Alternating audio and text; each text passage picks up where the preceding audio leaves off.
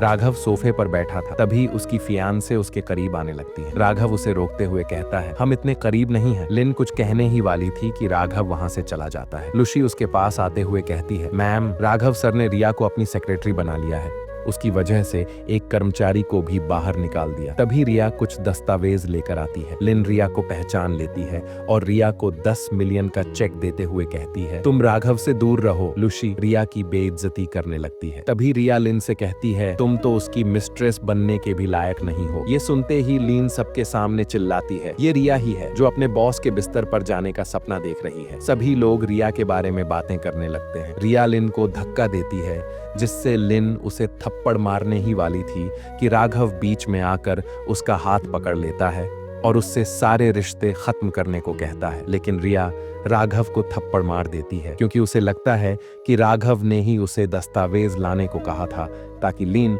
उसे बेइज्जत कर सके। राघव उसे समझाने की कोशिश करता है। तभी राघव की माँ वहां आ जाती है। ये देखकर रिया चौंक जाती है। उसे लगता था कि ये औरत राघव की गर्लफ्रेंड है। राघव बोलता है, मॉम, मैं रिया से ही शादी करूंगा। लेकिन उसकी माँ लिन को अपने पास बुलाती है और कहती है, यही मेरी बहू बनेगी। रिया को उनके बीच रहने का कोई शौक नहीं था, इसलिए वो वहां से चली जाती है। रिया बाहर आती है तो कोई उसका इंतजार कर रहा होता है। रिया पूछती है, तुम यहाँ कैसे? वो लड़का बोलता है, मैं यहाँ क्लाइंट को पेंटिंग डिलीवर करने आया था। रिया कहती है, तो मुझे घर छोड़ दो। रिया गाड़ी में बैठ जाती है और वो वहां से निकल जाते हैं। तभी राघव भी दौड़ता हुआ आता है, लेकिन तब तक रिया जा चुकी होती है। रिया उसका शुक्रिया अदा करती है और वहां से चली जाती है। राघव रिया को पकड़कर जबरदस्ती किस करने लगता है। रिया उसे दूर करती है और कहती है, तुम ये क्या कर रहे हो? राघव पूछता है, वो लड़का कान था। रिया जवाब देती है, वो लड़का मेरे बच्चे का पिता है। राघव बोलता है, तुम झूठ बोल रही हो। वो उसे गले लगा लेता है, लेकिन रिया उसे वहां से जाने के लिए कहती है और अंदर चली जाती है। राघव बोलता है, रिया,